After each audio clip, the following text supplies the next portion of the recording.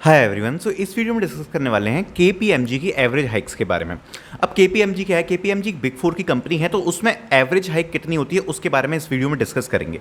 Average hike का मतलब क्या है कि आपकी सैलरी आपके ईयर एंड साइकिल के बाद कितनी बढ़ जाएगी, इसको हम डिस्कस करेंगे आफ्टर 1 ईयर, 2 ईयर, 3 ईयर। ठीक है। और ये वाला जो डेटा होने वाला है कि एवरेज डेटा होने वाला है, क्योंकि हम किसी पर्टिकुलर एम्प्लॉय के बारे में तो बात कर ही नहीं सकते। कि जब हम हाइक्स की बात करें तो एक एवरेज हाइक्स की बात करते हैं। जैसे इस कंपनी में 5% की हाइक मिलती है, 10% की मिलती है, तो एक एवरेज आंकड़ा रहता है। उसी प्रकार से इस वीडियो में भी एवरेज हाइक्स की बारे में बात करेंगे। स्टार्ट करते हैं। तो देखो, एवरेज हाइक्स को समझने के लिए सबसे पहले आपको ये समझना जरूरी है कि हम एक स्टार्ट पॉइंट ऑफ सैलरी क्या ले रहे हैं। तो सपोज आपने केपीएमजी ज्वाइन करी है एज अ एनालिस्ट, तो एज अ एनालिस्ट केपीएमजी की जो स्टार्टिंग सैलरी रहती है लगभग 4.5 एलपीए रहती है। अब 4.5 एलपीए अगर आपकी नहीं है तो आपकी कुछ और सैलरी होगी, सपोज 6 है, 7 है, तो आप उस हिसाब से हाइक्स कैलकुलेट कर सकते हो, क्योंकि मैं यहाँ पे परसेंटेज का नंबर बोलने वाला हूँ, तो उस हिसाब से आप हाइक कैलकुलेट कर सकते हो। मैं एक एग्जाम्पल के तौर पर लेकर 4.5 ले रहा हूँ। ठीक है। तो सपोज एज अ फ्रेशर आपने केपीएमजी ज्वाइन करी है 4.5 एलपीए के पैकेज पे। अब आगे क्या डिस्कस करते हैं कि उसके आगे आपकी सैलरी हाइक कैसे होने वाली है। सो 4.5 एलपीए के आपके पैकेज पे आपको लगभग 30,000 रुपए सैलरी इन हैंड लगभग मिल रही होती है। अराउंड आपके 30,000 के आसपास आ रही होगी। 30,000, 31,000, 32,000 के आसपास आपका इन हैंड सैलरी बन रहा होता है। आफ्टर आपका बोनस वगैरह अगर मैं हटा दूं, आपका आफ्टर आपके कुछ डिडक्शंस हटा दूं, पीएफ वगैरह, तो आपके लगभग 30,000 तक रुपए आपकी सैलरी बन रही होती है। ठीक है।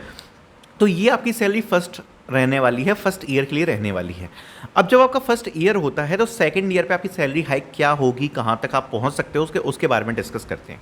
तो सबसे पहले तो इसको हमको 3 पार्ट में डिवाइड करना पड़ेगा, क्योंकि जितना भी डेटा है वो 3 चीज़ों पर वेरी करता है। हाइक्स आप कैसे समझो, सबसे पहली जो इंपॉर्टेंट चीज़ होती है वो होती है कंपनी का परफॉर्मेंस।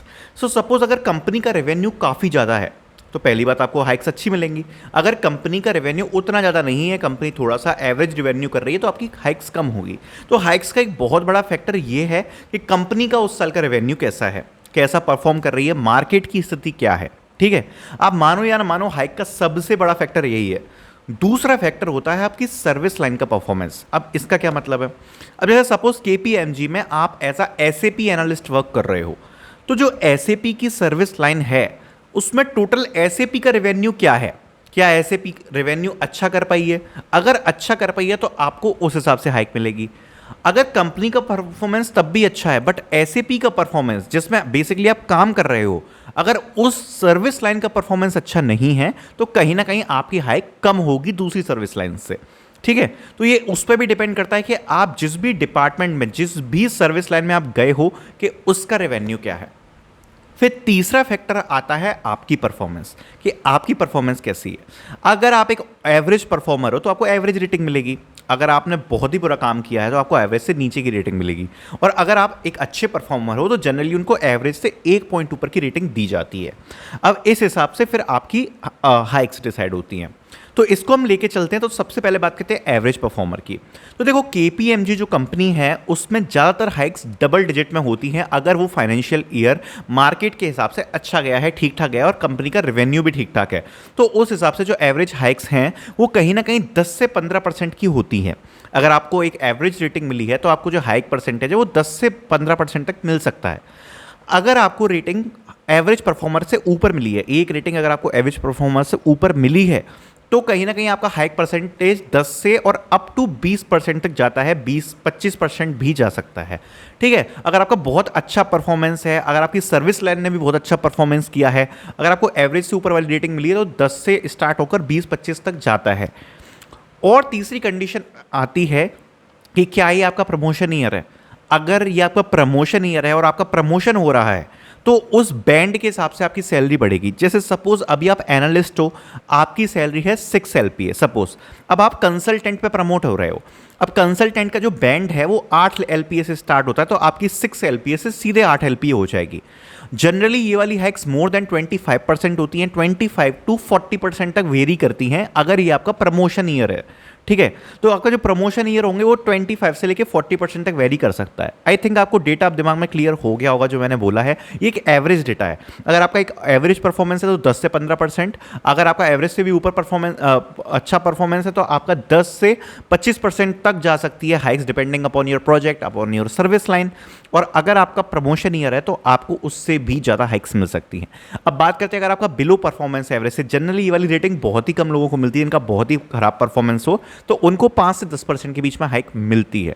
ये वाला केस तब है जब मार्केट की स्थिति डाउन नहीं है, जैसे अभी की कंडीशंस देखें, या फिर अगर कोई ऐसी कंडीशन चल रही है जब मार्केट की स्थिति डाउन है तो आप 5% हाइक कट कर सकते हो हर जगह से, जितना भी मैंने बोला है।